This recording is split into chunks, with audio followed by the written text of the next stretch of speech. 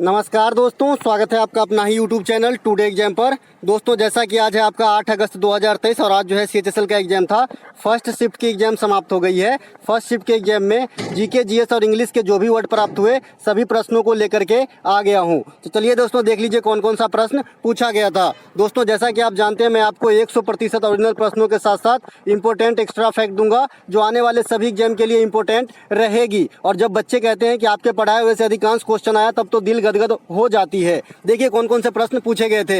एक प्रश्न पूछा गया था किस खेल को पहले ब्रिटिश एम्पायर गेम के नाम से जाना जाता है। देखिए जो कॉमनवेल्थ गेम है इसे पहले ब्रिटिश एम्पायर गेम के नाम से जाना जाता था। कॉमनवेल्थ गेम में वही देश शामिल है जो कभी ब्रिटिश सरकार के अधीन रहा हो। हालांकि इसका अपवाद भी है लेकिन अधिकांश देश जो है ब्रिटिश सरकार के अंतर्गत कभी न कभी रहा हो वही कॉमनवेल्थ गेम में भाग लेते हैं। कॉमनवेल्थ गेम की शुरुआत की बात करें तो 1930 में कनाडा के हैमिल्टन से हुआ था। कॉमनवेल्थ गेम में भारत को 1934 में भाग लेना स्टार्ट किया था भारत, यानी कि सेकेंड कॉमनवेल्थ गेम में। पहले में भारत भाग नहीं लिया था। इसके अलावा 2022 में जो कॉमनवेल्थ गेम हुआ ये कहाँ पे हुआ तो ये बर्मिंघम इंग्लैंड के अंदर हुआ, जहाँ पर भारत को 61 पदक प्राप्त करते हुए चौथा स्थान हासिल हुआ था। एक नंबर पे बात करें कि किस देश को हासिल हुआ था पहला स्थान, तो ऑस्ट्रेलिया को जो है पहला स्थान यहाँ पर हासिल हुआ था।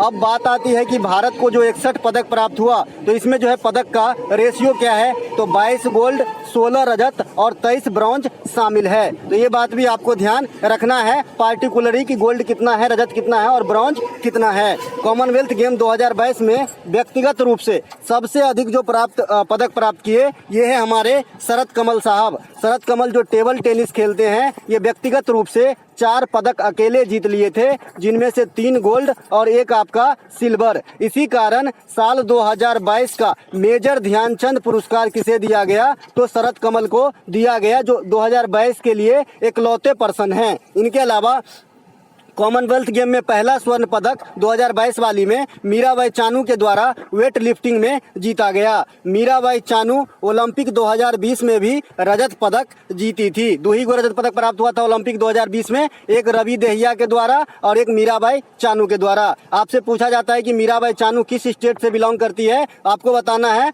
मणिपुर से बिलोंग करती है। आज कॉमनवेल्थ गेम से 2 प्रश्न पूछे गए। एक प्रश्न आपसे पूछा गया कि 2022 कॉमनवेल्थ गेम में 57 kg के वर्ग में गोल्ड मेडल किसने प्राप्त किया था। इसका आंसर होगा रवि दहिया। रवि दहिया जो है 57 kg वर्ग में आपका जो है गोल्ड मेडल प्राप्त किया था। आपको यहाँ पे दिख रहा होगा जो भी आपका गोल्ड मेडल जीते हैं उनके बारे में थोड़ा सा, जैसे मीराबाई चानू इन्होंने वेट लिफ्टिंग में गोल्ड मेडल जीती। इसके अलावा जेमरी लाल रुंगा ये भी गोल्ड मेडल जीते। इनके अलावा अंदिता सूली ये भी गोल्ड मेडल। भारतीय महिला लॉन बॉल टीम तो ये भी आपका गोल्ड मेडल जीता। ये आपके लिए इंपॉर्टेंट फैक्ट हो सकता है कि कौन सी भारतीय महिला टीम जो है गोल्ड मेडल जीती थी कॉमनवेल्थ गेम 2022 के अंदर, तो भारतीय महिला लॉन बॉल टीम। ठीक है, पुरुष टेबल टेनिस टीम भी गोल्ड मेडल जीता है। सुधीर, साक्षी मलिक ये सभी के सभी जो है गोल्ड मेडल जो है जीते। यहाँ पर इब्न बतूता किस देश के निवासी थे ये क्वेश्चन आपसे पूछ लिया गया था। दोस्तों मैं घर से बाहर हूँ और आपके लिए जो है रास्ते से वीडियो बना रहा हूँ, जैसा कि आप नॉइज भी सुन रहे होंगे बाहर। इब्न बतूता जो है ये मोरक्को का निवासी था। यह मोहम्मद बिन तुगलक के काल में, सल्तनत काल में भारत जो है आए थे, जिस समय तुगलक वंश का शासन चल रहा था। और शासक कौन थे, ये मोहम्मद बिन तुगलक। इन्होंने एक किताब लिखा जिनका नाम है रेहला। ठीक है, इनके अलावा मोहम्मद बिन तुगलक सल्तनत पे सभी शासकों में सबसे अधिक पढ़े लिखे शासक थे, जिनका ओरिजिनल नाम जूना खान था। इनके अलावा फहियान और हेनसांग भी भारत आए थे। तो फहियान आए थे विक्रमादित्य के काल में और हेनसांग आए थे हर्षवर्धन के काल में, और ये दोनों ही यात्री चाइनीज यात्री थे।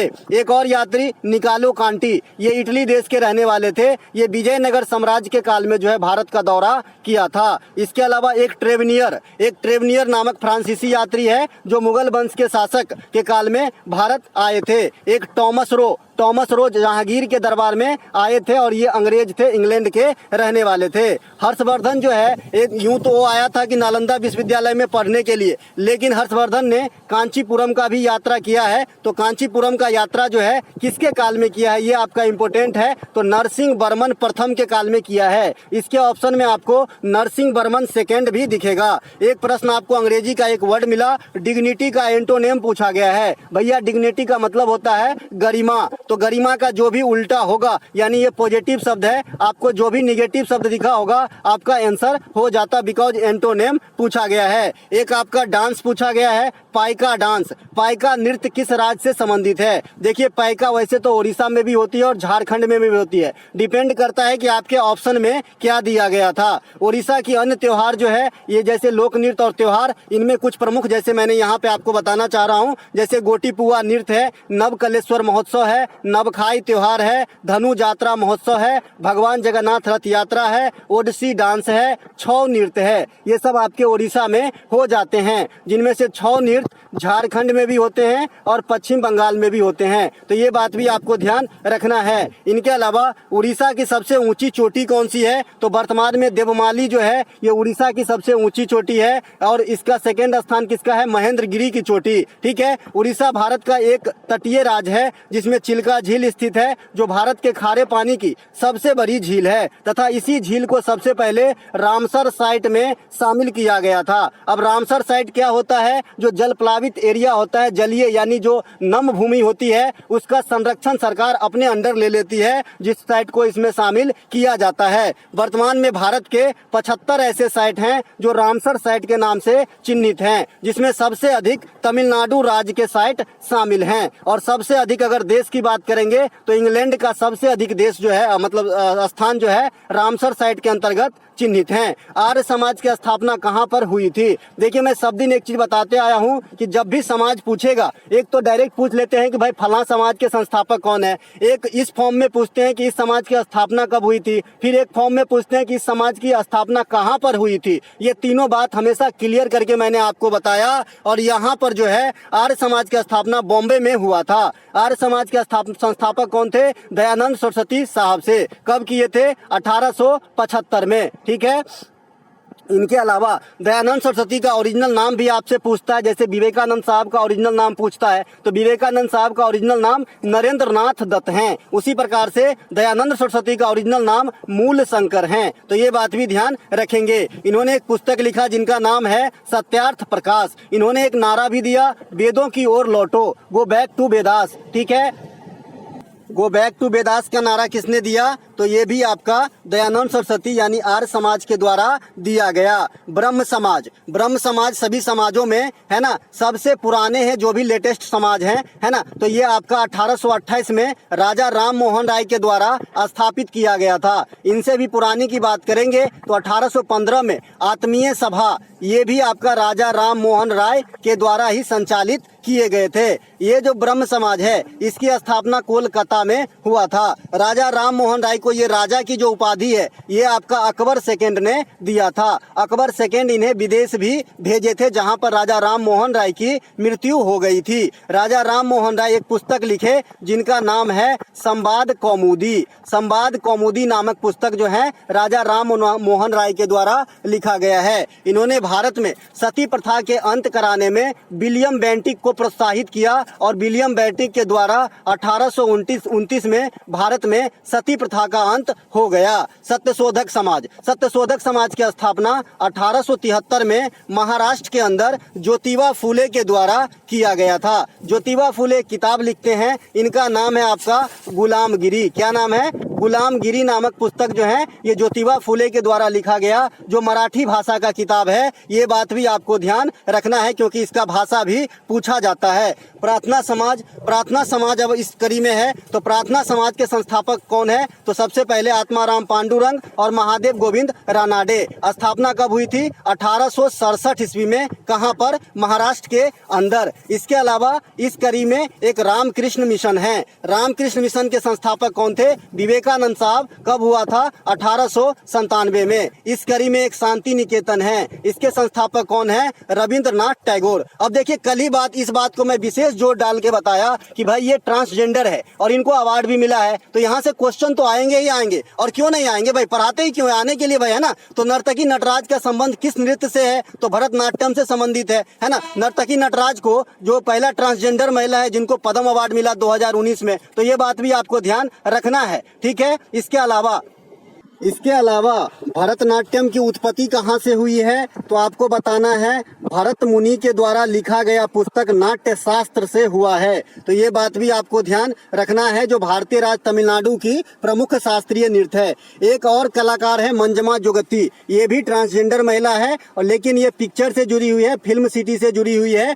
इन्हें भी पद्म श्री दिया गया है। आपने लक्ष्मी बम पिक्चर देखा होगा, उसमें भी दिखाया है एक ट्रांसजेंडर महिला को। भरतनाट्यम की जो कलाकार हैं ये रुक्मणी देवी हैं, पद्मा सुब्रमण्यम है, टी बाला सरस्वती है, नर्तकी नटराज है, यामिनी कृष्णमूर्ति है, सोनल मानसिंह है, अर्नब बेली है, अर्नबल बेली है ना, बल्ली, इस प्रकार से भी है। ये भरतनाट्यम के पंडनुलूर शैली से जुड़ी हुई है, तो ये बात भी ध्यान रखना है। इसके अलावा जो सोनल मानसिंह आप देख रहे हैं, ये भरतनाट्यम के साथ साथ ओडिसी नृत्य के नृत्यांगना भी हैं, तो इन्हें भी ध्यान रखेंगे। इनके अलावा विलायत खान का संबंध किससे है भैया? सितार से हो। पंडित रविशंकर सितार से, निखिल बनर्जी सितार से, अरविंद पारेख सितार से, अनुष्का शंकर सितार से, तो ये सभी सितार के प्रमुख कलाकार हैं। जिसमें पंडित रविशंकर के बारे में क्या है एक्स्ट्रा, तो भैया ये सबसे पहले 1998 में इसे जो है आपका माफ कीजिएगा 1999 में भारत रत्न से सम्मानित किया गया था और इंडिया के लिए पहला ग्रैमी अवार्ड जीतने वाले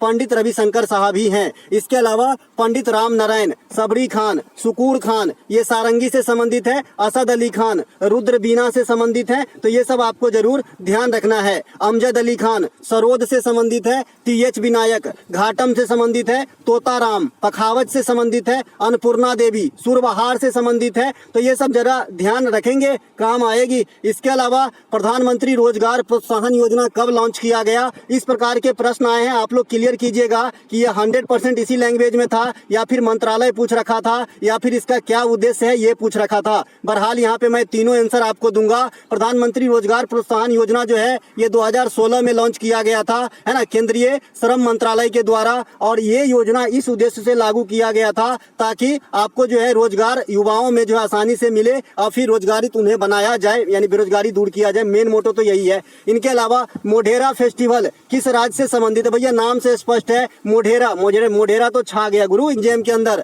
तो मोढेरा जो है गुजरात के अंदर है। मोढेरा गुजरात के मेहसाना जिले में है। एक गांव है जो यहाँ पे सौर ऊर्जा से संचालित प्रथम गांव बना है इंडिया का। तो ये करंट सेक्शन से क्वेश्चन हो गया मोढेरा के लिए। मोढेरा में सूर्य मंदिर भी स्थित है, तो ये बात भी ध्यान रखना है। इसके अलावा जो गुजरात है वहाँ पे पतंग महोत्सव भी होता है, तो ये बात भी ध्यान रखेंगे। पतंग महोत्सव कहाँ पे होता है? तो गुजरात के अंदर होता है। गुजरात के अंदर एक पर्यूषण त्योहार भी होता है, तो ये बात भी ध्यान रखेंगे, जो जैन धर्म से संबंधित त्योहार है। गुजरात के भावनगर में वैसे तो नमक अनुसंधान केंद्र भी है, लेकिन भावनगर में एशिया का सबसे बड़ा CNG टर्मिनल प्रधानमंत्री नरेंद्र मोदी के द्वारा स्थापित किया गया है। इसके अलावा गुजरात के एकता नगर में सरदार वल्लभ भाई पटेल की सबसे ऊंची प्रतिमा 182 मीटर ऊंची प्रतिमा, जो इस समय दुनिया में इससे ऊंची प्रतिमा खड़ा हुआ में कोई भी नहीं है, ये स्टेच्यू ऑफ यूनिटी कहलाता है, जो गुजरात के एकता नगरिया केवड़िया में स्थित है। स्टेच्यू ऑफ यूनिटी के जो वास्तुकार हैं ये राम सुतार हैं। नए वाले संसद भवन के वास्तुकार कौन है?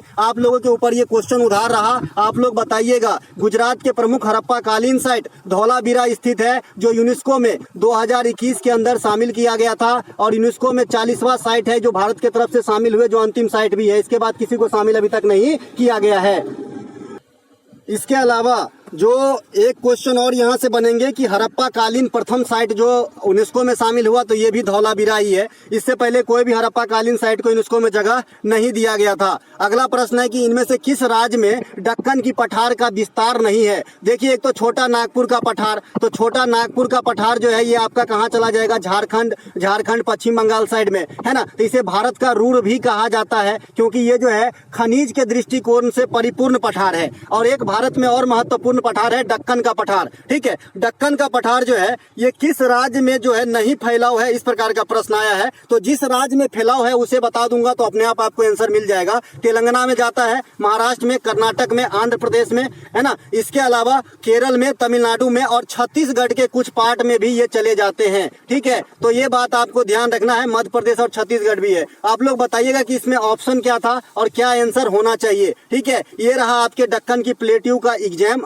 मतलब इमेज, तो यहाँ से भी आप देख सकते हैं। इसके अलावा मौलिक कर्तव्य से संबंधित एक प्रश्न आया था। मौलिक कर्तव्य के बारे में तो अब तो बूढ़े हो चुके होंगे अगर आप मेरे से जुड़े हुए हैं तो, है ना। कब लागू मतलब जोड़ा गया तो 1976 में 42वां संविधान संशोधन स्वर्ण सिंह समिति के अनुशंसा पे उस समय 10 प्रकार के, 2002 में 86वां संविधान संशोधन द्वारा 11वां मौलिक कर्तव्य। 11 मौलिक कर्तव्य आपके सामने है जो भाग के 4A में है और आर्टिकल 51 के A में है। आर्टिकल 51 का एक कोई आर्टिकल नहीं है, इसके कई उप आर्टिकल है जैसे आपके सामने है। आर्टिकल 51 के A में क्या कहते हैं कि राष्ट्रगान, राष्ट्रीय ध्वज आदि का सम्मान करना। 51(1) के B में क्या कहते हैं कि भारतीय स्वतंत्रता और संग्राम के लिए जो भी आदर्श वाक्य हमें प्रेरित किया उनको संजोना और उनकी रक्षा करना। 51 के 1 के C में क्या कहते हैं, अखंडता, संप्रभुता और एकता को बनाए रखना। 51 के 1 के D में क्या कहते हैं कि जरूरत पड़ने पर देश सेवा के लिए तत्पर रहना या तैयार रहना। तो ये सब आपके सीट आपके पास है ना, इसे भी आपको ध्यान रखेंगे। 51 के 1 के G में जो है ये भी इंपॉर्टेंट है कि झीलों, नदियां तथा वन्य जीव संरक्षण को प्रोत्साहन करना तथा उन जीव पर दया करना है। जो आपके आर्टिकल कहाँ मिलते हैं तो आर्टिकल 48 में भी ये चीज की झलक मिल जाती है। तो आप अगर संविधान को जानेंगे तो बहुत ईजी है, हर चीज एक दूसरे से रिलेट है। जैसे मैंने आपको कहा था कि नितिन DPSP में भी शिक्षा वाली बात है आर्टिकल में। इसके अलावा आर्टिकल 21A में भी शिक्षा वाली बात है और आर्टिकल 51 के 1 के 11 में भी शिक्षा वाली बात है। तो बहुत सारे चीज आपको रिलेट करके भी याद हो जाएंगे अगर आप संविधान को जानना चाहें तो। आर्टिकल की वीडियो डिस्क्रिप्शन में पड़ी है, वहां से आप देख सकते हैं अगर आपके पास टाइम हो तो। कॉमनवेल्थ गेम में 57 kg वर्ग में पूछा था जी, जो मैंने बता ही दिया। पहले बच्चा बताया 58, फिर बाद में टेलीग्राम पे 57 भेजा, जो मैंने बता दिया। रवि दैया आंसर होगा। निम्नलिखित में से कार्बन का कौन सा अपरूप है, इस प्रकार के क्वेश्चन आए हैं। तो हीरा, ग्रेफाइट, फुलेरीन, कोयला, ये सभी के सभी कार्बन के ही अपरूप हैं, है ना। कार्बन के अपरूप ग्रेफाइट का इस्तेमाल कहाँ होता है ये भी जान लीजिए, आने वाले दिन में आपको काम आएगा, है ना। कोई भी बात हवा में नहीं बोलते, है ना, ये तो आप भी जानते हैं। तो ग्रेफाइट का इस्तेमाल जो है एक तो आपका पेंसिल बनाने में होता है। एक क्वेश्चन रेलवे पूछता है सीसा पेंसिल बनाने में, है ना, सीसा का कितना इस्तेमाल होता है, तो आपका आंसर होता है 0%, क्योंकि भाई ग्रेफाइट वाली जो पेंसिल होते हैं ना, इसी का नाम दे देते हैं सीसा पेंसिल, ठीक है। तो इसमें सीसा का इस्तेमाल नहीं होता क्योंकि ये ग्रेफाइट से बनता है और पेंसिल तो इजी वे में हमारे घर में उपलब्ध है भाई। इसके अलावा ग्रेफाइट का जो इस्तेमाल होता है, जो नाभिकीय रिएक्टर है उसमें मंदक के रूप में ग्रेफाइट और D2O यानी भारी जल का इस्तेमाल किया जाता है ना। इसके अलावा जो नाभिकीय रिएक्टर है उसमें नियंत्रक क्षार के रूप में कैडमियम और बोरॉन का इस्तेमाल किया जाता है। इसके अलावा ग्रेफाइट क्या होता है तो ये गुड कंडक्टर है, विद्युत के सुचालक होते हैं। तो ये बात भी आपको ध्यान रखना है। तो दोस्तों ये जो है 13-14 क्वेश्चन ही प्राप्त हो पाए, जो क्वेश्चन आगे प्राप्त होगा मैं आगामी वीडियो में इंक्लूड कर दूंगा। मिलेंगे अगले वीडियो में। ये PDF आपको हमारे टेलीग्राम चैनल टुडे एग्जाम पे मिलेगा, डिस्क्रिप्शन में लिंक दिया गया है। अगर वहां से नहीं ऐड हो पा रहे हैं तो डायरेक्ट टुडे एग्जाम सर्च कीजिए और आपको जो है कलाम साहब की फोटो वाला जिसमें 8000 से ज्यादा सब्सक्राइबर है उसको ज्वाइन कर लीजिएगा, आपको ये PDF वहां पे मिल जाएगी। जय हिंद दोस्तों। नमस्कार दोस्तों, स्वागत है आपका अपना ही YouTube चैनल टुडे एग्जाम पर। दोस्तों जैसा कि आज है आपका 8 अगस्त 2023 और आज जो है CHSL का एग्जाम था। थर्ड शिफ्ट की एग्जाम समाप्त हो गई है।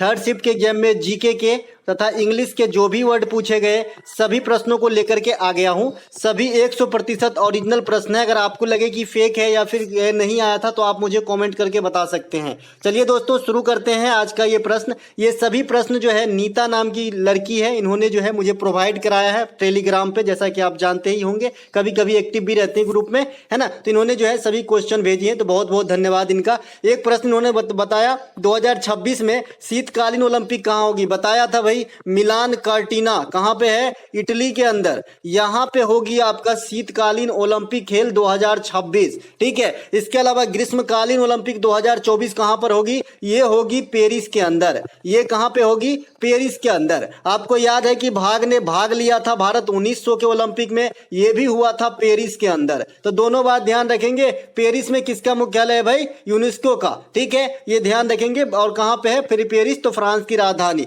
इसके अलावा सबसे पहले शीतकालीन ओलंपिक कहां हुआ था। आजकल काफी ट्रेंडिंग क्वेश्चन ये बन जा रहा है एग्जाम के अंदर TCS वाले पैटर्न में कि भाई पहला ओलंपिक खेल कहां पे हुआ था। चूंकि ओलंपिक के भी कई फॉर्मेट हैं तो बच्चे कंफ्यूज करते हैं, इसीलिए क्वेश्चन पूछता है आपसे। पहला शीतकालीन ओलंपिक जो है ये आपका 1924 में फ्रांस के अंदर करा गया था। इसके अलावा पहला ग्रीष्मकालीन ओलंपिक, जो मेन ओलंपिक होता है, ओलंपिक का मेन फॉर्मेट क्या है भाई, ग्रीष्मकालीन ओलंपिक। इसमें सबसे ज्यादा जो है तामझाम होता है, तो ये आपका एथेंस में हुआ हुआ था 1896 में भारत भाग लिए थे सेकेंड ओलंपिक यानी 1900 वाले में। नॉर्मन प्रिजार्ड नाम के खिलाड़ी भारत की तरफ से भाग लिए थे, उस समय हम स्वतंत्र नहीं थे। इसके अलावा पहला पैरा ओलंपिक ये 1960 के रोम में आयोजित किया गया, इसमें डिजेबल्ड पर्सन ही भाग लेते हैं जैसा कि आप जानते हैं। पहला शीतकालीन पैरा ओलंपिक का आयोजन जो है ये स्वीडन में करा गया। देखिए एक तो है आपका खाली ओलंपिक जिसे ग्रीष्मकालीन ओलंपिक कहते हैं, एक आपका है शीतकालीन ओलंपिक, एक है आपका पैरा ओलंपिक और एक है आपका पैरा शीतकालीन ओलंपिक। ठीक है, समझ रहे हैं ना, अर्थ से मतलब शब्दों से एकदम स्पष्ट है भाई। पैरा भी होना चाहिए, डिजेबल्ड पर्सन का भी है और शीतकाल वाला भी है। ठीक है, तो जो पैरा शीतकालीन ओलंपिक है ये आपका कहां पे हुआ था, स्वीडन के अंदर 1976 में। टोक्यो ओलंपिक यानी पिछला ओलंपिक 2020 वाला 21 में कराया गया हालांकि। इसके अलावा पैरा वाला भी टोक्यो में ही हुआ था पिछला 2020 वाला, और शीतकालीन ओलंपिक 2022 में हुआ है, चीन के अंदर हुआ है। आपसे एक क्वेश्चन उधार रहा, शीतकालीन ओलंपिक में भारत को कितने पदक मिले थे 2022 में। ठीक है, देखते हैं, मैं आपको ऑप्शन देता हूं। मोहम्मद आरिफ जो है यहां पे भाग लिया था। इनके अलावा अनुच्छेद 39A का संबंध किससे है, सब दिन बताते आए हैं भाई। जो डीपीएसपी का आर्टिकल है उसके जो छोटे छोटे बच्चे हैं जैसे 39 का ए, 39 का बी, 43 का क, ऐसे पूछेगा। सीधा सीधा आर्टिकल कम पूछते हैं अब एग्जामिनर, है ना। तो 39 का ए ये समान विधिक एवं निःशुल्क न्याय से संबंधित है। हालांकि क्वेश्चन भी काफी इजी है ना, कई बार आप एग्जाम में देखे होंगे। अनुच्छेद 43A क्या है ना, उद्योग के प्रबंधन में कर्मचारियों को भाग लेने के लिए कदम उठाना। इस प्रकार की जो फैसिलिटी है या फिर फैसिलिटी, ये तो क्योंकि मौलिक अधिकार तो है नहीं कि पूर्णतः देगा, इसकी व्यवस्था की जाए ऐसी बात कहता है डीपीएसपी। ठीक है, अनुच्छेद 42 काम की न्याय संगत और मानव उचित दशाओं तथा प्रसूति सहायता। प्रसूति सहायता समझ रहे हैं, जो महिलाएं होती है जो मां बनने वाली होती है उनकी जो मदद की जाती है, ये सब आर्टिकल 42 के अंतर्गत आ जाएगा। अनुच्छेद 47 ये क्या कहता है, पोषा आहार उत्तम, है ना, उत्तम जीवन स्तर को ऊंचा करना, ये सब जो है आपका लाइफ स्टाइल वगैरह ये आपका आर्टिकल 47 में आ जाएगा। आर्टिकल 40 ये ग्राम पंचायत के गठन से संबंधित है। आर्टिकल 44 सिविल नागरिक संहिता से संबंधित है, गोवा में रहता है। जिनका एग्जाम हो गया है वो भी देखें, नेक्स्ट एग्जाम की तैयारी आज आपको जो है आज से ही करना होगा, है ना। अनुच्छेद 48 ये पर्यावरण के संरक्षण से संबंधित है, गो हत्या निषेध इसी में बताया जाता है, ताकि किसान की सहायता वगैरह की बात इसी में करी गई है। इसके अलावा अनुच्छेद 50 ये कार्यपालिका और न्यायपालिका का अलगाव जो पृथक्करण कहते हैं ये इसमें करी गई है। ये बहुत ही इंपॉर्टेंट चीज होती है किसी भी देश में शासन व्यवस्था सही से चलाने के लिए, क्योंकि अगर ऐसा नहीं हो तो फिर जो है राजतंत्र और प्रजातंत्र में कोई जो है ज्यादा डिफरेंस नहीं रह जाएगा। अगर आपका न्यायपालिका भी आपका, कार्यपालिका भी आपका, तो क्या राजतंत्र और प्रजातंत्र में कोई डिफरेंस रहेगा जी? आप हम चोरियों कर लेगा, बोलेगा नहीं किए हैं, क्योंकि भाई सजा भी उन्हें ही देना है और करना भी उन्हें ही है, तो कोई अपना जो है करेगा गुनाह कबूल। इसके अलावा अनुच्छेद 51 यह अंतर्राष्ट्रीय शांति और सुरक्षा से संबंधित है। इनके अलावा अनुच्छेद 51 मौलिक कर्तव्य से संबंधित है, जो कब जोड़ा गया था 1976 में 42वां संविधान संशोधन स्वर्ण सिंह समिति की अनुशंसा पे 10 प्रकार के, फिर 2002 में 86वां संविधान संशोधन हुआ जो 11वां मौलिक कर्तव्य बना शिक्षा वाला। ठीक है, तो इस प्रकार से संबंधित है। कार्यपालिका से न्यायपालिका का जो है घर में भी एक्चुअली जो है अलग ही रहता है, ये आप अपने घर में भी मिला लीजिएगा, अगर यहाँ भी एक हो जाए ना तो दिक्कत हो जाएगा, है ना। इनके अलावा गढ़वालों का राजधानी कहां था, इस प्रकार के क्वेश्चन नहीं आए थे। क्वेश्चन आए थे कि गढ़वालों ने कहां पे शासन किया था, कहां पे शासन किया था। तो गढ़वाल जो है ये आपका शासन किया था भाई बिहार के कुछ पार्ट में और उत्तर प्रदेश के अधिकांश क्षेत्रों में, और जो आजकल उत्तराखंड वाला रीजन है। ठीक है, लेकिन वहां पे किसी राज्य का नाम नहीं था। ऑप्शन में कन्नौज था,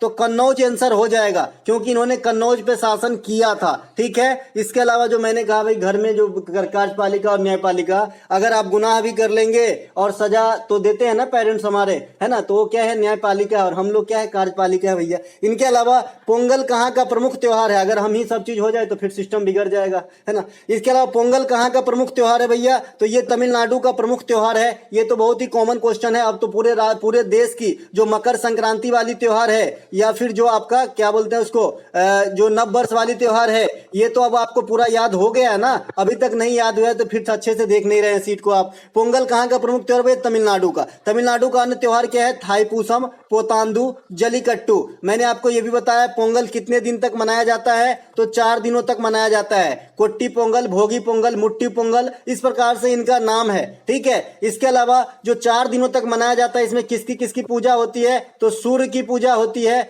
इंद्र की पूजा होती है, गाय की पूजा होती है पोंगल के अंदर, तो ये बात भी ध्यान रखेंगे। इनके अलावा जो पोंगल होता है, इसी त्योहार के अंतर्गत ये जल्लीकट्टू मनोरंजन का खेल है, जिसमें क्या होता है, सांरों को जो है ना मतलब थोड़ा सा उसको कुछ ऐसा देते होंगे जिससे वो मदहोश हो जाते हैं और वो दौड़ते हैं, फिर उसमें पकड़ते हैं। खतरनाक खेल बाबा, ठीक है। इनके अलावा थाईपुसम जो है ये सुई इत्यादि चुभो लेते हैं बॉडी के अंदर, इनका होता होगा कुछ, ये एक त्योहार होते हैं। पोतांदू ये तमिलनाडु के नव वर्ष हैं, तो इन्हें भी ध्यान रखेंगे। नव वर्ष किस महीने में सेलिब्रेट होती है और मकर संक्रांति किस महीने में सेलिब्रेट होती है, इतना अगर आपको याद है तो इंडिया के कई राज्य की जो है त्योहार आप याद कर सकते हैं। और इन सभी त्योहारों को हम किस त्योहार के अंतर्गत रखते हैं, तो फसली त्योहार, यानी ये फसल से संबंधित त्योहार हैं, ठीक है। तो हम मकर संक्रांति जो है ये जनवरी माह में मनाते हैं, 14 या 15 जनवरी को। तो सभी राज्य में जो मकर संक्रांति के अवसर पे मनाया जाता है, जैसे गुजरात में उत्तरायण मना लेते हैं, तमिलनाडु में पोंगल मना लेते हैं। कहाँ गया पोंगल भाई, पोंगल इधर है, तमिलनाडु में पोंगल मना लेते हैं, है ना। असम में बिहू मना लेते हैं, केरल में मकर बिलक्कू मना लेते हैं। यहाँ पे कहाँ चले जाइए आप, पंजाब हरियाणा के अंदर चले जाइए, वहां पे आपका जो है एक तो होता है बैसाखी, एक होता है लोहड़ी। तो लोहड़ी मकर संक्रांति के समय और बैसाखी जो है नव वर्ष है उनका, ठीक है। तो इस प्रकार से आप ध्यान रखेंगे। अब हम आ जाते हैं नव वर्ष में, है ना। नव वर्ष जैसे तमिलनाडु में पोतांदू, वैसे ही जम्मू कश्मीर में चले जाएगा तो नवरेह कहेगा, केरल में बीसू कहेगा, है ना। इसके अलावा असम में जाएंगे तो इसे बिहू ही कहेगा, क्योंकि बिहू 3 बार सेलिब्रेट होता है, तो कंफ्यूज नहीं होना है, ठीक है। तो ये सब ध्यान रखना है थोड़ी बहुत। महाराष्ट्र में आएंगे तो गुड़ी पाड़वा कहेगा भैया, है ना। इसके अलावा सबसे पहले तमिल भाषा को ही शास्त्रीय भाषा का दर्जा 2004 में दिया गया था। अब शास्त्रीय भाषा कितने हैं, तो 6 है। ये कौन है, साउथ का पूरा मतलब भैया एक तो तमिल हो गया, एक आपका जो है तेलुगु हो जाएगा, एक आपका जो है मलयालम हो जाएगा, एक आपका जो है कन्नड़ हो जाएगा। ये चारों भाषा साउथ के हैं और ये चारों शास्त्रीय भाषा हैं। इनके अलावा एक संस्कृत और एक ओडिसी, तो इस प्रकार से 4 और 2 6 शास्त्रीय भाषा है। राष्ट्रीय भाषा आयोग का मुख्यालय कहाँ पे है, तो आपको बताना है जी मैसूर में है। और मैसूर कहाँ पे है, कर्नाटक में है, ठीक है। इनके अलावा मन्नार की खाड़ी बायोस्फीयर रिजर्व है ना, यहाँ पे डुगोंग संरक्षण केंद्र इंडिया का, डुगोंग संरक्षण केंद्र, समझ रहे हैं। डुगोंग को समुद्री गाय कहा जाता है। इसे क्या कहा जाता है, समुद्री गाय कहा जाता है डुगोंग को। ये गेंडा के जैसा एक जानवर होता है, लेकिन ये शाकाहारी है और ये समुद्री घास फूस खा के जीवित रहते हैं, ठीक है। तो यहाँ पे मन्नार की खाड़ी में ही इनके जो है तादाद ज्यादा पाया जाता है। और मन्नार की खाड़ी सीमा बनाता है हमारे पड़ोसी जलीय देश श्रीलंका के साथ राम सेतु सीमा बनाते हैं। एडम ब्रिज, मन्नार की खाड़ी और पाक जल डमरूमद, ये सभी सीमा क्रिएट करते हैं हमारा श्रीलंका के साथ, ठीक है। इनके अलावा श्रीलंका की सबसे बड़ी नदी भी एग्जाम में पूछ देते हैं भाई, तो महावेली गंगा जो है ये श्रीलंका के सबसे लॉन्गेस्ट रिवर है, ठीक है। तो ये बात भी ध्यान रखेंगे। यांग टीसी क्यांग का नाम सुने हैं, यांग टीसी क्यांग नदी का नाम है। ये चाइना का सबसे लंबा नदी है और ये एशिया का भी सबसे लंबा नदी है। इनके अलावा मुस्लिम लीग की स्थापना कब हुई थी, कॉमन सा क्वेश्चन, 1906 में आगा खां सलीमुल्लाह खां के द्वारा कांग्रेस और मुस्लिम लीग कब जो है दोनों एक गले मिल लिए, साथ में बैठ के मिठाई खाए, तो ये कब हुआ भैया, कांग्रेस और मुस्लिम लीग जब एक हुए थे दोनों पार्टी, ये 1916 में हुआ था। कांग्रेस के कौन से अधिवेशन, तो ये थे आपके भैया लखनऊ अधिवेशन। कहां गया, लखनऊ इधर है। इनकी अध्यक्षता कौन कर रहे थे, अंबिका चरण मजूमदार। इनमें एक चीज और हुआ कि जो गरम दल और नरम दल दोनों में जो है क्रैक आ गया था, इस प्रकार का दरार पड़ गया था, है ना। गरम दल और नरम दल में ये भी दोनों एक मिल लिए, दोनों साथ में बैठ के नाश्ता पूरी किए। कहां पे, कांग्रेस के लाहौर अधिवेशन 1916 के अंदर ही। एक लड़की ने लिखा है कि गरम दल के नेता और नरम दल के नेता को समझा दीजिए। मैं आपको बता दूं कि लाल वाल पाल को अलग कर लेना, बाद बाकी जो भी रहे, है ना, 99% केस में नरम दल के नेता ही होंगे। लेकिन लाल वाल पाल जो है ये कट्टर गरम दल के नेता थे, मतलब एकदम पूर्णतः सपोर्ट करते थे, है ना। गरम दल मतलब जो जीत कर लेना चाहते थे और नरम दल मतलब जो शांतिपूर्ण ढंग से आजादी चाहते थे, ठीक है। तो ये लाल वाल पाल कौन है भाई, तो एक तो बाल गंगाधर तिलक है, एक आपका लाल बहादुर शास्त्री नहीं लाला लाजपत राय है, हमेशा कंफ्यूजन इसमें रहता है, और एक आपका बिपिन चंद्र पाल है। तो 3 हो गया, लाल से हो गया आपका लाल बहादुर लाला लाजपत राय, माफ कीजिएगा, और बाल से बाल गंगाधर तिलक और पाल से बिपिन चंद्र पाल, ठीक है। एक क्वेश्चन स्टैटिक फॉर्म में आपको पूछता है कि मुस्लिम लीग ने सीधी कार्यवाही दिवस कब मनाई, तो जो सीधा एक्शन डे मनाया ये आपका 16 अगस्त 1946 को मनाया था। ये बात भी ध्यान रखेंगे। अवसरों की समानता किस अनुच्छेद में वर्णित है या फिर समता का अधिकार किस अनुच्छेद में वर्णित है, इन दोनों प्रश्न में से एक प्रश्न आया है। मैंने फंडामेंटल राइट और फंडामेंटल ड्यूटीज, इसके अलावा डीपीएसपी, ये सारे आर्टिकल एक एक करके याद करा दिया हूं। अभी तक आप याद नहीं कर पाए हैं तो नीचे डिस्क्रिप्शन में लिंक दिया गया होगा, आर्टिकल की वीडियो एक बार देख लीजिए। अगर आपका क्वेश्चन छूट जाए तो मैं यहीं बैठा हूं। हालांकि उसमें एक चीज मुझे और ऐड करना है कि जो मौलिक कर्तव्य है 51 के ए के जो 11 अलग अलग सब आर्टिकल हैं, इनको मुझे ऐड करना है, जो हर वीडियो में मैं लगभग कर ही देता हूं। जब भी प्रश्न पूछता है तो वो चीज यहां से आपका कवर हो जाएगी। तो अगर समता का अधिकार पूछा होगा तो आर्टिकल 14 आंसर होगा। अगर लोक नियोजन में अवसरों के मामले में समानता की बात करी होगी तो आर्टिकल 16 होगा। अब जो फंडामेंटल राइट है इसको आर्टिकल को हम कैटेगराइज कर लेते हैं। 14 से 18 को हम राइट टू इक्वलिटी कहते हैं, समता का अधिकार कहते हैं। इसके अलावा अनुच्छेद 19 से 22 जो है ये हमारे जनहित में है, सुरक्षा से संबंधित है, जो हमें प्रोटेक्ट करता है। इसके अलावा अनुच्छेद 23 और 24 जो है ये हमारा शोषण को रोकता है, शोषण के विरुद्ध अधिकार है। 23 में बलात् श्रम पे रोक है या फिर मानव तस्करी पे रोक है और 24 पे क्या है भैया, बाल श्रम पे निषेध है। 25 से 28 धार्मिक स्वतंत्रता है। 29 और 30 जो है अल्पसंख्यक हित है। इनके अलावा आर्टिकल 32 जो है संवैधानिक उपचारों का अधिकार है। इसी से सुप्रीम कोर्ट 5 प्रकार के रिट जारी करते हैं और इन्हीं को भीमराव अंबेडकर साहब संविधान का आत्मा माना है। इन्हीं आर्टिकल से आम जनता सुप्रीम कोर्ट तक जा सकता है यदि उनके मौलिक अधिकार में किसी भी प्रकार का हनन हुआ हो। हरियाणा में पुरुषों के द्वारा कौन सा नृत्य किया जाता है, ऑप्शन नहीं मिला है, लेकिन मैं आपको बता दूं कि हरियाणा और पंजाब में फेमस नृत्य है भांगड़ा। ये नृत्य जो है पुरुषों के द्वारा ही किया जाता है, तो ये बात भी ध्यान रखेंगे। इनके अलावा पंजाब में पुरुषों के द्वारा की जाने वाली नृत्य भांगड़ा है, ये ध्यान रखेंगे। हरियाणा और पंजाब में महिलाओं के द्वारा की जाने वाली नृत्य गिद्धा है, तो ये बात भी ध्यान रखेंगे। गिद्धा में खाली महिला और भांगड़ा में खाली पुरुष भाग लेते हैं। भांगड़ा नृत्य का जो उत्पत्ति हुआ है हेम्प नामक शब्द से हुआ है, ये बात भी ध्यान रखेंगे। सीजीएल 2018 या 19 में आया हुआ क्वेश्चन है ये। इनके अलावा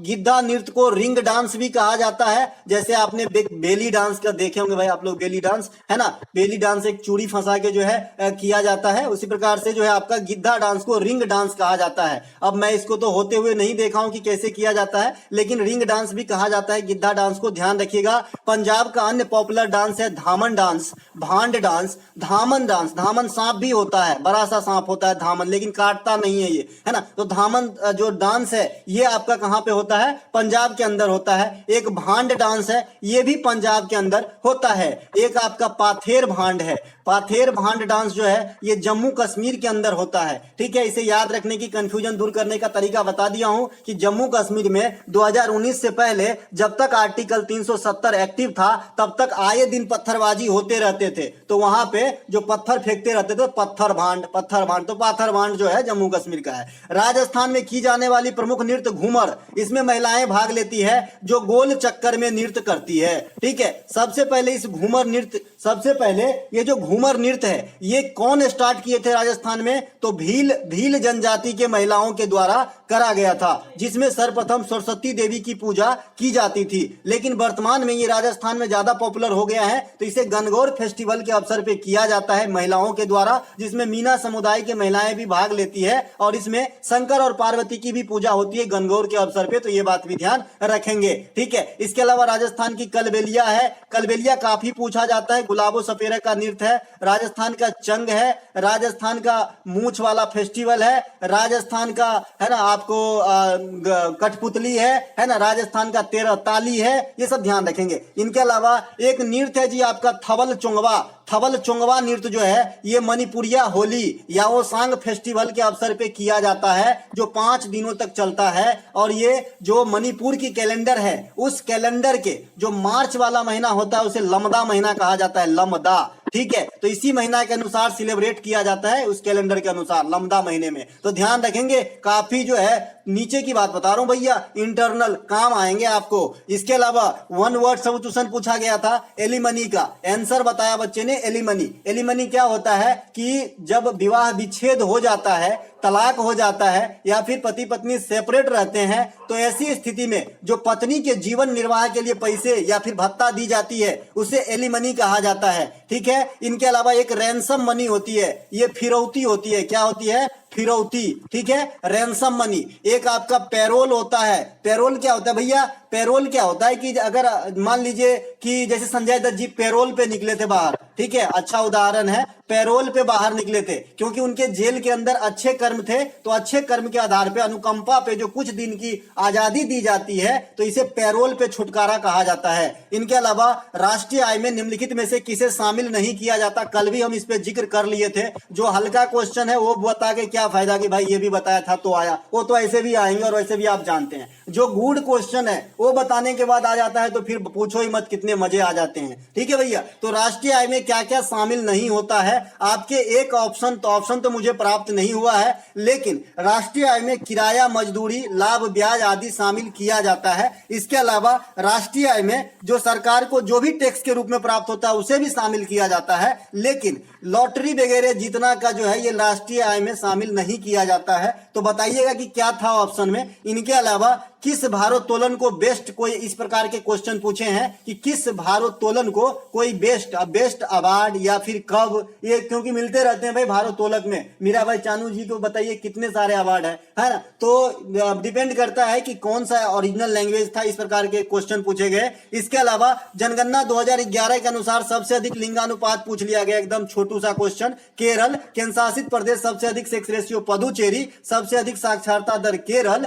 केंद्र शासित प्रदेश में सबसे अधिक Lakshadweep, decadal growth 17.64, literacy rate 74.04, male literacy 82.14, female literacy rate 65.46 है ना, अर्बन पॉपुलेशन लगभग 32% है ना। तो ये सब आपको ध्यान रखना है जनसंख्या के जनगणना के रिगार्ड में। इसके अलावा यहाँ पे आपने एक सीट देख रहा होगा, ये सीट भी आप जरूर ध्यान रखिए। ये जो है आपका 17.64 रखिएगा भैया, एसएससी ने उसे सही माना है। 382 जो है घनत्व है और 943 जो है ओवरऑल इंडिया का सेक्स रेशियो है। इसके अलावा एक प्रश्न आपसे पूछा गया है कि निम्नलिखित में से कौन सा एक गजल गायक नहीं है? जगजीत सिंह, पंडित भीमसेन जोशी ऑप्शन में थे। मेरे ख्याल से पंडित भीमसेन जोशी ही हो जाएंगे, क्योंकि पंडित भीमसेन जोशी जो है ये हिंदुस्तानी शास्त्रीय संगीत के जो है आपका मतलब गायक थे। तो इनका तो मैं कभी गजल नहीं सुना भाई, है ना। तो पंडित भीमसेन जोशी हो जाएंगे। बाद बाकी जगजीत सिंह साहब तो गजल के मास्टर हैं। कोई गजल याद हो तो सुनाइए इनका, मैं सुनाऊं,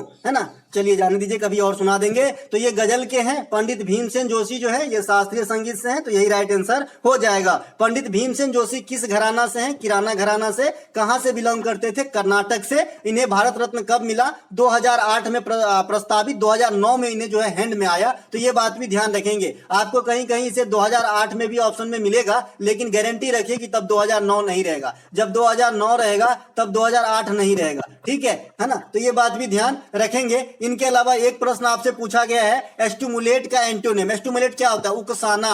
उकसाना होता है, एस्टिमुलेट करना, उकसाना, भड़काना, है ना। तो ये क्या हो जाएगा भाई? इसका उल्टा पूछा है तो काम हो जाएगा सूदिंग हो जाएगा, शांत करना, है ना। संतुष्ट करना भी हो सकता है, कोई ऐसा एक ऑप्शन है जिससे संतुष्टि मिलती है किसी को। जब आदमी संतुष्ट होगा तो शांत भी होगा, है ना। तो ये भी आपके ऑप्शन हो सकते हैं अगर आपके ऑप्शन में दिया गया है तो। इसके अलावा गढ़वाल वंश ने कहां पे शासन किया? मैंने इसकी बात तो कर ही लिया था, है ना। तो यही चीज आपके कन्नौज ऑप्शन में दिया गया था, कन्नौज राइट आंसर हो जाता। इसके अलावा आधार कार्ड से पैन कार्ड की जोड़ने की तिथि कब तक बढ़ाई गई? शायद ये भी क्वेश्चन पूछा गया था करंट से। तो ये जून 2023 तक बढ़ा दिया गया था। जैसा कि आपको मालूम ही होगा कि 500 रुपया या 1000 रुपया जो है लेना स्टार्ट कर दिया था, जब जिनका नहीं है लिंक, है ना। हम लोग तो पहले ही करवा लिए हैं। इनके अलावा केपलर का तृतीय नियम आपसे पूछा गया है। केपलर का तृतीय नियम कहता है कि सूर्य की परिक्रमा करते हुए, है ना, ग्रह का परिक्रमण काल सूर्य तथा उस ग्रह के बीच की औसत दूरी के क्यूब के समानुपाती होता है, ठीक है। इसके अलावा न्यूटन के जो पहला नियम है,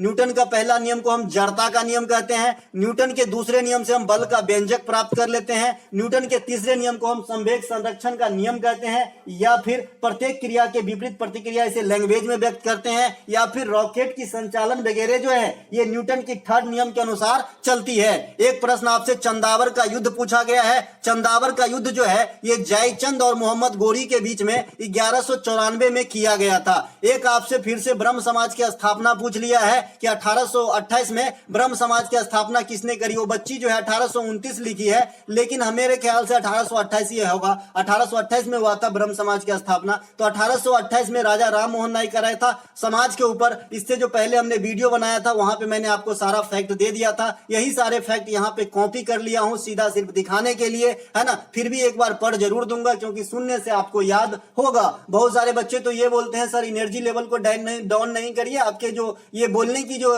स्पीड है इसी से मुझे याद हो जाता है। ठीक है, तो ब्रह्म समाज की स्थापना जो 1828 में राजा राम मोहन राय के द्वारा कराया गया था कोलकाता में। सत्यशोधक समाज 1853 ज्योतिबा फुले द्वारा महाराष्ट्र में। प्रार्थना समाज की स्थापना 1867 में आत्मा राम पांडुरंग और महात्मा महादेव गोविंद राणा के द्वारा महाराष्ट्र में। रामकृष्ण मिशन की स्थापना 1857 विवेकानंद साहब के द्वारा। आर्य समाज की स्थापना 1875 में बंबई के अंदर, है ना, दयानंद सरस्वती के द्वारा। इन तीनों का मैंने पुस्तक भी बता रखा हूं, इंपोर्टेंट है। राजा राम मोहन राय के संवाद कमोदी हो जाएगा, जो आपका ज्योतिबा फुले इनका गुलामगिरी हो जाएगा, और जो आर्य समाज के संस्थापक दयानंद सरस्वती है उनका सत्यार्थ प्रकाश हो जाएगा। तो दोस्तों मिलेंगे अगले शिफ्ट में, तब तक के लिए जय हिंद। अच्छा, इससे पहले कुछ और क्वेश्चन अगर देखना चाहे सेकंड शिफ्ट के तो मैं दिखा दूं, नहीं तो वीडियो लंबा हो जाएगा। चलिए सेकंड शिफ्ट का पार्टिकुलर ही वीडियो लेकर के आ जाऊंगा अगर और कुछ क्वेश्चन मिल जाते हैं तो, क्योंकि 7-8 क्वेश्चन ही प्राप्त हो पाए थे, इसीलिए मैं सेकंड शिफ्ट में नहीं लाया था। ये पीडीएफ आपको टेलीग्राम पे मिलेंगे, टुडे एग्जाम ज्वाइन कर लीजिएगा, सर्च करके कलाम साहब का फोटो लगा होगा या फिर डिस्क्रिप्शन में लिंक भी है। और जो चैनल है, कई सारे फेक चैनल है तो उसको ज्वाइन नहीं करना है, जिसमें आपको 8.7 हजार से ज्यादा सब्सक्राइबर है वो ज्वाइन करना है। मिलेंगे अगले वीडियो में, जय हिंद। नमस्कार दोस्तों, स्वागत है आपका अपना ही यूट्यूब चैनल टुडे एग्जाम पर। दोस्तों जैसा कि आज था आपका 8 अगस्त 2023 और आज जो है सीएचएसएल का एग्जाम था। सेकेंड शिफ्ट की एनालिसिस हम नहीं करा पाए थे क्योंकि क्वेश्चन ही नहीं प्राप्त हुआ था।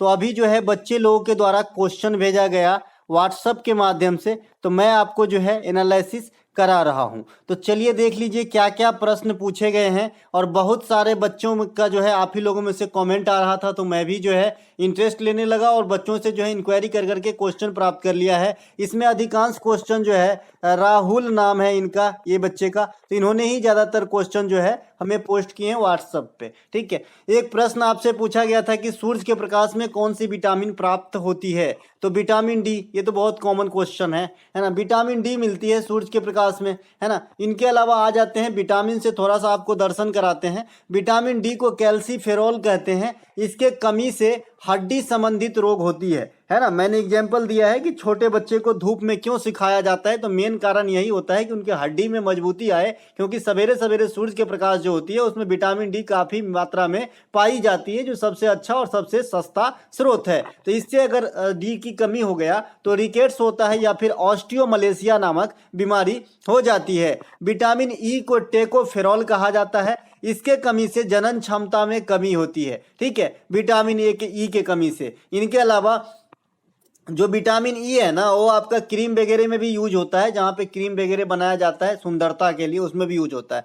विटामिन शब्द का प्रयोग जो है ये आपका फंक नामक वैज्ञानिक ने किया था, तो ये बात भी ध्यान रखेंगे। ठीक है, विटामिन शब्द का प्रयोग किए थे फंक नामक वैज्ञानिक। अब विटामिन चूंकि कई हैं तो इनके अलग अलग खोज करने वाले इंसान हुए। ठीक है, लेकिन जो सबसे पहले इनका नाम दिया, नामकरण विटामिन बोला, तो ये जो है आपका फंक नामक वैज्ञानिक ने बोला था। इनके अलावा विटामिन शरीर में क्या करती है भाई, तो एनर्जी नहीं देती है। ये क्या करती है, एनर्जी नहीं देती है, लेकिन आपको इंटरनल सिस्टम को सही से चलने के लिए विटामिन बहुत कम मात्रा में जरूरी होती है। लेकिन अगर नहीं रहे तो गंभीर रोग भी हो सकती है। जैसे आप देख रहे हैं कि हर बीमारी का अपना अलग अलग जो है विटामिन की कमी के शॉर्टेज से अलग अलग बीमारी होती है। मतलब तो विटामिन का रोल तो है शरीर में, लेकिन एनर्जी आपको नहीं देता है विटामिन। तो एनर्जी कौन देता है भाई, तभी तो हम जीवित हैं। तो एनर्जी जो है आपके वसा और कार्बोहाइड्रेट देते हैं। ठीक है, वसा, फैट और आपका कार्बोहाइड्रेट देते हैं। अब विटामिन ए में आते हैं।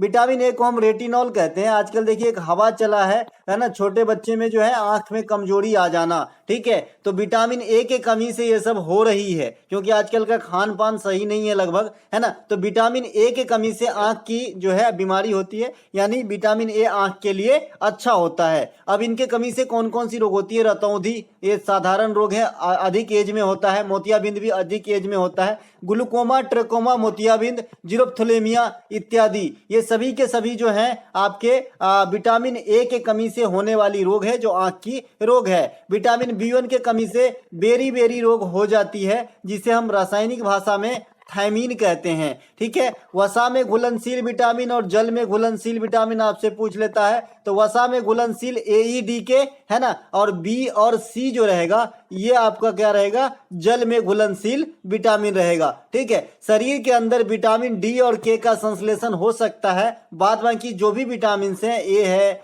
B है, इसके अलावा हमारा C है, इसके अलावा हमारा E हो जाएगा, K हो जाएगा, सॉरी K तो यही है, H हो जाएगा। तो ये सब जो विटामिन है इसे हम बाहर से इंटेक करते हैं। इनके अलावा विटामिन B12 को साइनोकोबाल्मिन कहते हैं, इसमें कोबाल्ट धातु पाई जाती है और इसके कमी से इनीमिया रोग हो जाती है, तो ये बात भी ध्यान रखेंगे। विटामिन C को अस्कार्बिक एसिड कहा जाता है, इसके कमी से स्कर्वी तथा त्वचा संबंधित रोग हो जाती है। इसके अलावा एक प्रश्न आपसे पूछा गया है, 1951 में जनसंख्या घनत्व कितनी थी? तो 1951 में जनसंख्या घनत्व लगभग 117 के करीब है। आप लोग बताइएगा कि ऑप्शन में क्या क्या दिया गया था। ये बच्चा ने डायरेक्ट ही मुझे आंसर ही बताया कि यही होगा सर, तो मैं भी चला ठीक है भैया होगा। तो इनके अलावा जनगणना 2011 के अनुसार भारत की जनसंख्या घनत्व 382 व्यक्ति पर किलोमीटर है ना। क्योंकि जो क्वेश्चन आपके फील्ड से हट के पूछे जाते हैं, जैसे मान लीजिए आपको आदत है कि भाई 2011 के अनुसार जनसंख्या घनत्व पूछेगा तो 60 से दाग देंगे,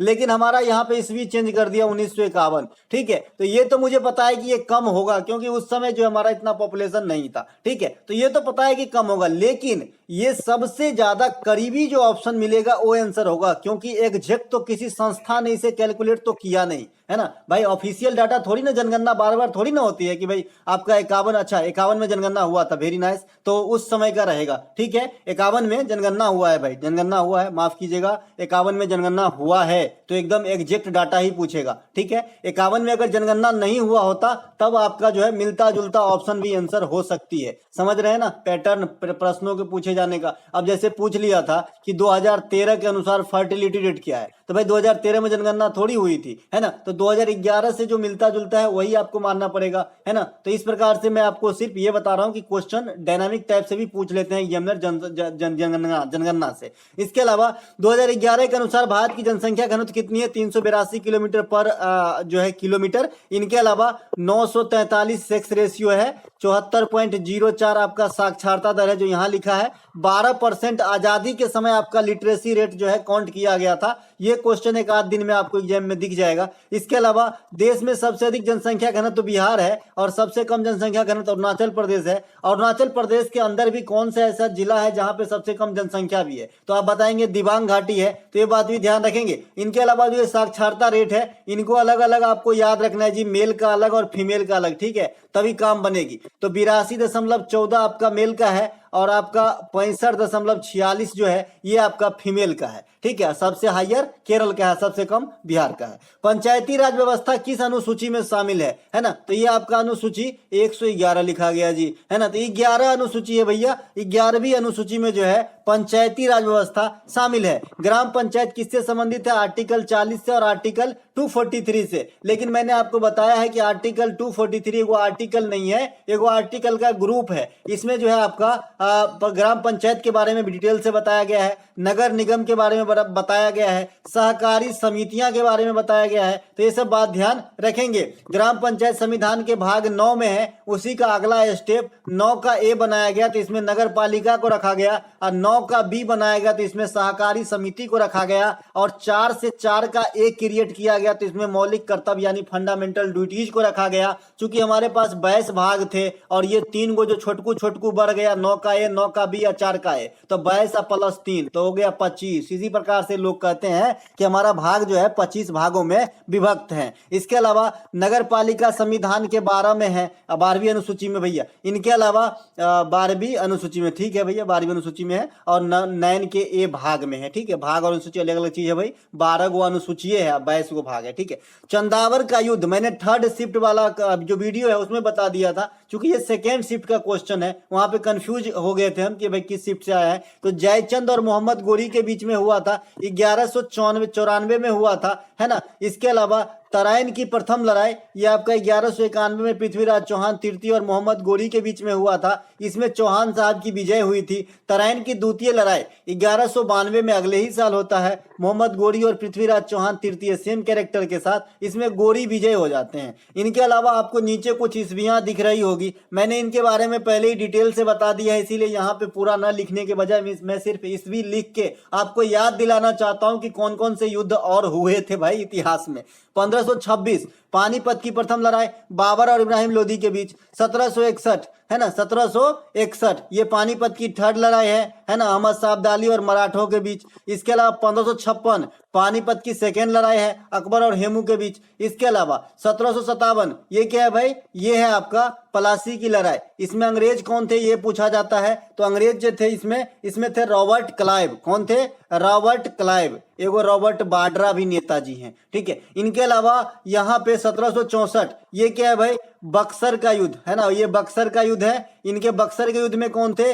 मुनरो अंग्रेज के तरफ से, और इंडियन जो थे वहां के त्रिकुटी सेना था, अवध के नवाब, बंगाल के नवाब और मुगल बादशाह का सेना। इसके अलावा 1527 बाबर के बारे में युद्ध को याद रखने के लिए मैं क्या बताऊं, पानी पियो खाना खाओ, चाय पियो घर जाओ, इस प्रकार से आप याद रख सकते हैं बाबर का युद्ध, है ना। तो भाई पानीपत खानवा 1527 में खानवा हो गया, 1528 में चंदेरी हो जाएगा और 1529 में घाघरा का युद्ध होगा। 1565 तालीकोटा का युद्ध है ये। इसी के तहत जो है आपका जो विजयनगर साम्राज्य था इसका पतन यहीं से स्टार्ट माना जाता है। 1789 ये क्या है, फ्रांसीसी क्रांति का डेट है, तो इसे भी ध्यान रखेंगे। फ्रांसीसी क्रांति है ना, बास्टिल डे समझते हैं ना, बास्टिल डे 14 तारीख को मनाया जाता है, तो ये कहाँ से संबंधित है? फ्रांसीसी क्रांति से। और जो आपका मानव बंधुत्व का जो नारा है ये यहीं से जो है प्रचलित हुआ था, तो ये बात भी ध्यान रखेंगे। इनके अलावा ग्रैमी अवार्ड 2023 किस भारतीय म्यूजिक कंपोजर को मिला?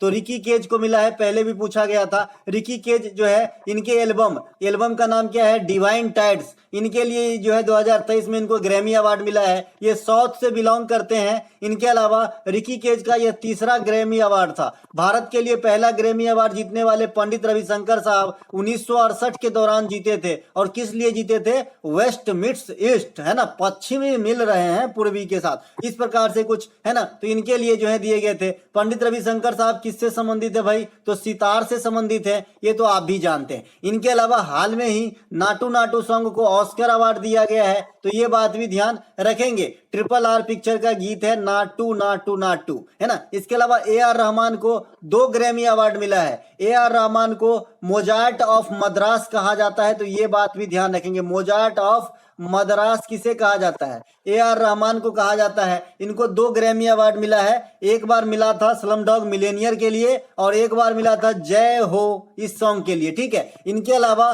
पद्म विभूषण 2023 में से मुलायम सिंह यादव को किस एरिया में या फिर किस क्षेत्र में सम्मानित किया गया, है ना। अब भाई मुलायम सिंह यादव को कौन भूल सकते हैं, उत्तर प्रदेश के 2 बार CM रह चुके हैं, अखिलेश जी के पप्पा जी हैं, है ना भैया। तो ये जो अब हमारे बीच नहीं है मुलायम सिंह यादव साहब, तो ये जो है आपके पब्लिक अफेयर से जुड़े हैं, ये नेताजी थे, ठीक है। इनका नाम भी नेताजी है, एक्चुअली उपनाम जो नाम जो है नेताजी हैं। आप अखिलेश जी को देखेंगे हमेशा अपना पिताजी का नाम जो है नेताजी नेताजी करके बोलते रहते हैं, मतलब अपने पिताजी को ही संबोधित करते रहते हैं, ठीक है। तो ये मुलायम सिंह यादव जो है आपका पब्लिक अफेयर से जुड़े हुए नेताजी थे, ठीक है। इनके अलावा और भी देख लीजिए, S बालकृष्णन दोषी, ये जो है फॉस्थूमियस है। फॉस्थूमियस क्या होता है, ये भी आपके SSC के अंग्रेजी के सेक्शन में आ जाता है। फॉस्थूमियस क्या होता है कि कोई ऐसा चीज जो मरणोपरांत हुआ हो, जैसे कोई मतलब आदमी है वो मर गया, उसके बाद उनका बच्चा पैदा हुआ, तो वो चाइल्ड क्या हो गया? फॉस्थूमियस चाइल्ड हो गया वो उन आदमी के लिए। जैसे कोई किताब लिख रहा है और किताब जो है प्रकाशित नहीं हुआ, उससे पहले मर गया, है ना, तो ये फॉस्थूमियस बुक हो गया। तो आप इसे किसी भी चीज से रिलेट कर सकते हैं, है ना। और यहाँ पे अवार्ड मिला है तो ये भी फॉस्थूमियस हो गया इसके लिए। इसके अलावा जो आपका एक चीज और होता है कि जैसे मतलब ऑफिस के काल में ही कोई आदमी मर जाता है, उसे डाई इन हार्नेस कहते हैं। जैसे हमारे देश के तीसरे राष्ट्रपति डॉक्टर जाकिर हुसैन साहब का डाई इन हार्नेस हुआ था, यानी ऑफिस के के दौरान ही इनकी मृत्यु हुई थी। इनके अलावा श्री बाल कृष्णन दोषी को मिला है, ये अदर आर्किटेक्चर है, गुजरात के हैं। श्री जाकिर हुसैन साहब तबला के प्रमुख जो है वादक हैं, महाराष्ट्र बिलोंग करते हैं, ये आपका आर्ट एंड कल्चर से हो गया। Shri SM. Krishna public affair. इसके अलावा श्री दिलीप महालनोबिस, ये भारत में ओआरएस के संस्थापक, ऐसा माना जाता है कि जो ओआरएस घोल है ना, जो आपका डिहाइड्रेशन में काम आता है ना, तो इसकी जो फॉन्ड है भारत में, जो ये विधि है, जो चीनी मिलाओ, नमक मिलाओ, ये सब जो मिलाओ, तो ये सब सबसे पहले इन्होंने ही जो है इस पे जो है आपका अपना वक्तव्य दिया था। श्री जो है निवास वर्धन, ये साइंस एंड इंजीनियरिंग से है, और मुलायम सिंह यादव के बारे में ये क्वेश्चन है, तो इनके बारे में बताने की जरूरत नहीं है। वर्ष 2023 में कुल कितने जो है पद्म अवार्ड बांटे गए, तो पद्म अवार्ड जो है ये आपका 106 अवार्ड बांटे गए, जिसमें 91 पद्मश्री है, 9 पद्म भूषण है और 6 गो पद्म विभूषण है। देखिए हमारे यहाँ जो अवार्ड का ये श्रेणी है, 1 नंबर भारत रत्न है, दूसरा हमारा पद्म विभूषण है, तीसरा हमारा पद्म भूषण है, और चौथा हमारा पद्म श्री है। तो सबसे इन चारों में सबसे छोटकू हो गया पद्म श्री, इसलिए सबसे ज्यादा पद्म श्री बांटेंगे, उससे थोड़ा ज्यादा पद्म भूषण बांटेंगे, और उससे थोड़ा कम, माफ कीजिएगा, उससे थोड़ा कम पद्म भूषण, और सबसे कम पद्म विभूषण। इसीलिए पद्म विभूषण 6 को मिला है, पद्म श्री जो है आपका 91 का मिला है, और पद्म भूषण जो है 9 को मिला है। अब ये चेहरा पद्म श्री वाला है, लेकिन मैं इसलिए इसको रखा हूं क्योंकि ये जाने माने हैं, और यहां से क्वेश्चन बनेंगे आने वाले समय में खतरनाक। मैंने कल ही ये बात किया था कि जिनको पद्म अवार्ड मिला है भाई, इनसे जो है क्वेश्चन देख लो, बनेंगे, है ना। और कल ये मैं भी बताया था कि कल बॉयल का नियम जरा देख के जाना भैया, बॉयल और चार्ल्स का नियम, है ना। तो यहां से भी आज क्वेश्चन आए हैं, तो भाई बातें हवा में न करो, है ना भाई, तो बातें ऐसा ही करो जो काम आए, और मैं ऐसा ही करता हूं, तो आप जानते ही हैं। इन प्रमुख हस्तियों को पद्मश्री मिला है। ये कौन है? सुमन। ये कौन है? राकेश झुनझुनवाला साहब। ये कौन है? ये तो सब जानते हैं, आनंद कुमार साहब सुपर 30 वाले।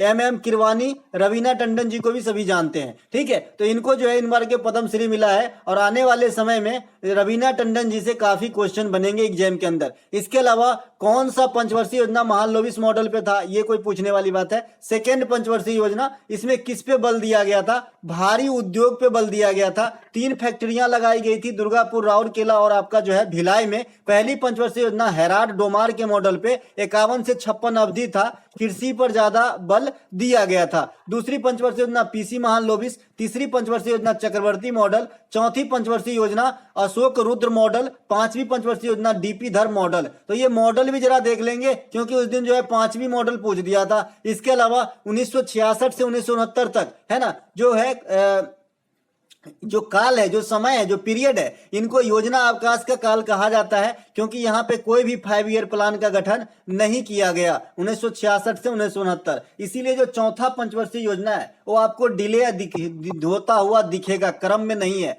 वो 1969 से 74 वाला है। नहीं तो उस हिसाब से क्या 66 से 71 होना चाहिए। लेकिन ये 3 साल जो है पंचवर्षीय योजना में काउंट नहीं हुआ, इसे योजना अवकाश का काल कहा जाता है। 90 से लेकर 92 तक 2 बार सालाना योजना प्रस्तुत किया गया, तो ये बात भी ध्यान रखेंगे। यहाँ भी आपको ईस्वी में विषमता दिखेंगे। इसके अलावा जब केंद्र में जो आपका कांग्रेस का सरकार था और मोरारजी देसाई साहब जब प्रधानमंत्री बने, तो जनता पार्टी से बने थे, तो वहां क्या किए कि इनके योजना को 1 साल घटा दिए। फिर जब इन तख्ता पलट हुई तो ये फिर से 1 साल बढ़ा दिए। तो आपको जो 1975 वाला पीरियड है ना, वो ज्यादा हुआ बढ़ता हुआ दिखेगा, यानी 5वां पंचवर्षीय योजना में उथल पुथल हुआ है टाइम में, ठीक है। योजना जो आयोग योजना बनाते थे तो कितने बनाए? तो 12 पंचवर्षीय योजना बनाए, और अंतिम का कार्यकाल था तो 2012 से 2017 था, लेकिन बीच में 15 में आ गया जी का तो नीति आयोग। और नीति आयोग आने से योजना आयोग का पत्ता साफ। लेकिन नीति आयोग में 2 और पोस्ट बढ़ गया। कौन कौन से? एगो मतलब जो है आपका उपाध्यक्ष, एगो सीईओ। तो उपाध्यक्ष अभी कौन है? सुमन कुमार बेरी। या सीईओ कौन है? बीवीआर सुब्रमण्यम। और जब पहले नीति आयोग बना था तो उपाध्यक्ष अरविंद पनघरिया, और प्रथम सीईओ सिंधु श्री खुल्लर, अध्यक्ष तो प्रधानमंत्री होते हैं, तो जब से बने हैं तो मोदी साहब ही हैं।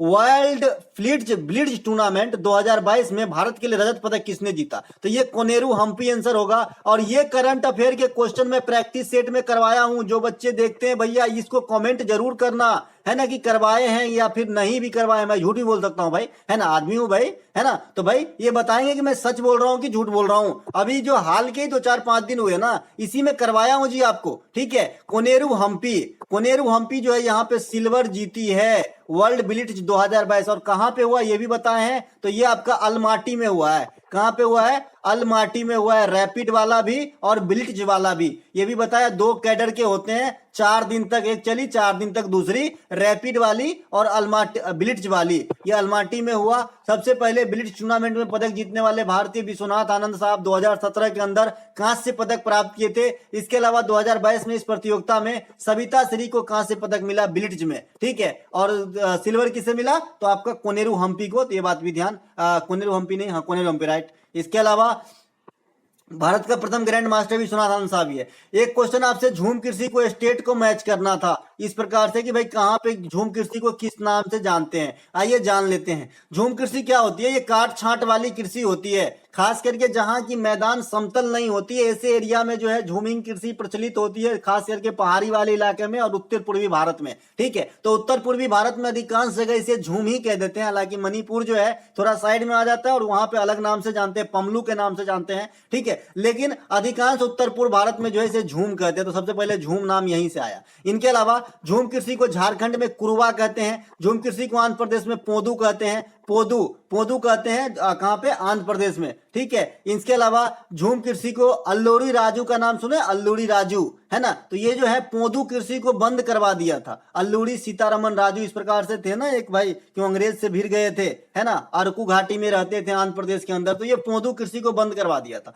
झूम कृषि को राजस्थान में बालरा कहते हैं, उत्तर पूर्वी में झूम कहता है, मणिपुर में पामलू कहते हैं, मध्य प्रदेश में बीवर या दहिया कहते हैं और छत्तीसगढ़ में इसे दीपा कहते हैं। एक दीपा कर्माकर खिलाड़ी का भी नाम है। इसके अलावा ड्रीम महोत्सव कहां मनाया जाता है ये बताइएगा कि क्वेश्चन आया था कि नहीं, है ना। तो ड्रीम महोत्सव अरुणाचल प्रदेश में, सालुंग, मोपिन, मुखौटा, ड्री, ये सभी के सभी बता रखे हैं कहां पे होते भैया, अरुणाचल प्रदेश के अंदर होता है। इसके अलावा बॉयल का नियम से मैच करने वाला क्वेश्चन आया था, कल ही बताया था भाई। बॉयल का नियम देख लेना, जब आपसे क्वेश्चन पूछ रखा था एग्जामिनर कुलाम का नियम, ठीक है। तो जो आवेश से संबंधित है, मैंने कुलाम का नियम पढ़ाया, वहीं पे चार्ल्स बॉयल, न्यूटन और किसका नियम है भाई? हुक। इन चारों के नियम की मैंने बात भी करा और आपको बोला देख के भी जाना है। बॉयल का नियम मैच करने वाला क्वेश्चन आया। अब क्वेश्चन क्या है, ये तो एक्चुअली नहीं है यहाँ पे, लेकिन बॉयल का नियम क्या होता है कि मैं किसी गैस के द्वारा डाला गया दबाव, जो प्रेशर होती है गैस के द्वारा, है ना, उसके द्वारा जो घेरे गए आयतन होता है उसका उल्टा समानुपाती यानी उल्टा होता है, व्युत्क्रमानुपाती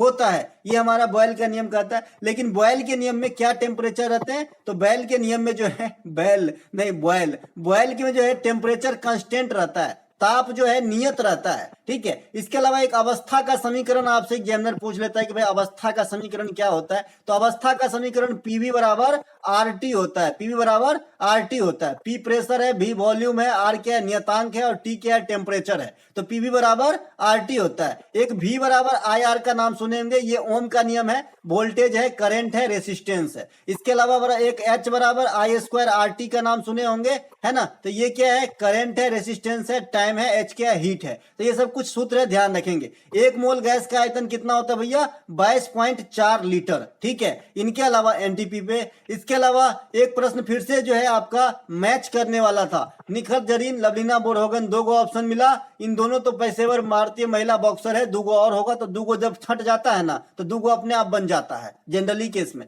इसके अलावा लवलीना बोरगोहेन भारतीय राज्य असम से संबंधित है, करेक्शन करके दूंगा कोई बात नहीं, जिन्होंने हाल में ही विश्व महिला बॉक्सिंग चैंपियनशिप 2023 में भारत के लिए गोल्ड जीती, जिसका जो आयोजन जो है ये दिल्ली में कराया गया था। विश्व महिला बॉक्सिंग चैंपियनशिप 2023 का आयोजन दिल्ली में हुआ है। इसके अलावा इस बॉक्सिंग प्रतियोगिता में भारत की स्वीटी बुरा, नीति घनघस, निखत जरीन, लवलीना बोरगोहेन 1 2 3 4, है ना। तो 4 यहाँ पे गोल्ड प्राप्त हुआ 4 दिग्गज खिलाड़ियों के द्वारा। इसके अलावा कर्णो मलेश्वरी मीराबाई चानू वेट लिफ्टिंग से संबंधित है। हिमा दास पीटी उषा धावक से संबंधित है। भारतीय ओलंपिक समिति के वर्तमान में जो अध्यक्ष हैं ये आपका पीटी उषा है। पीटी उषा को पयोल्ली एक्सप्रेस कहा जाता है, पयोल्ली एक्सप्रेस, उसके बाद उड़न परी कहा जाता है, उसके बाद पीटी उषा को पयोल्ली एक्सप्रेस, उड़न परी, गोल्डन गर्ल भी कहते हैं, ठीक है। तो ये थे दोस्तों सेकंड शिफ्ट के एनालिसिस। अच्छा लगे तो लाइक कर लीजिएगा। मिलेंगे हम कमेंट शिफ्ट वाली वीडियो में, तब तक के लिए जय हिंद। और आज मैं थोड़ा ज्यादा थका हूं दोस्तों, तो आज प्रैक्टिस सेट की वीडियो जो है कल सवेरे लेके आप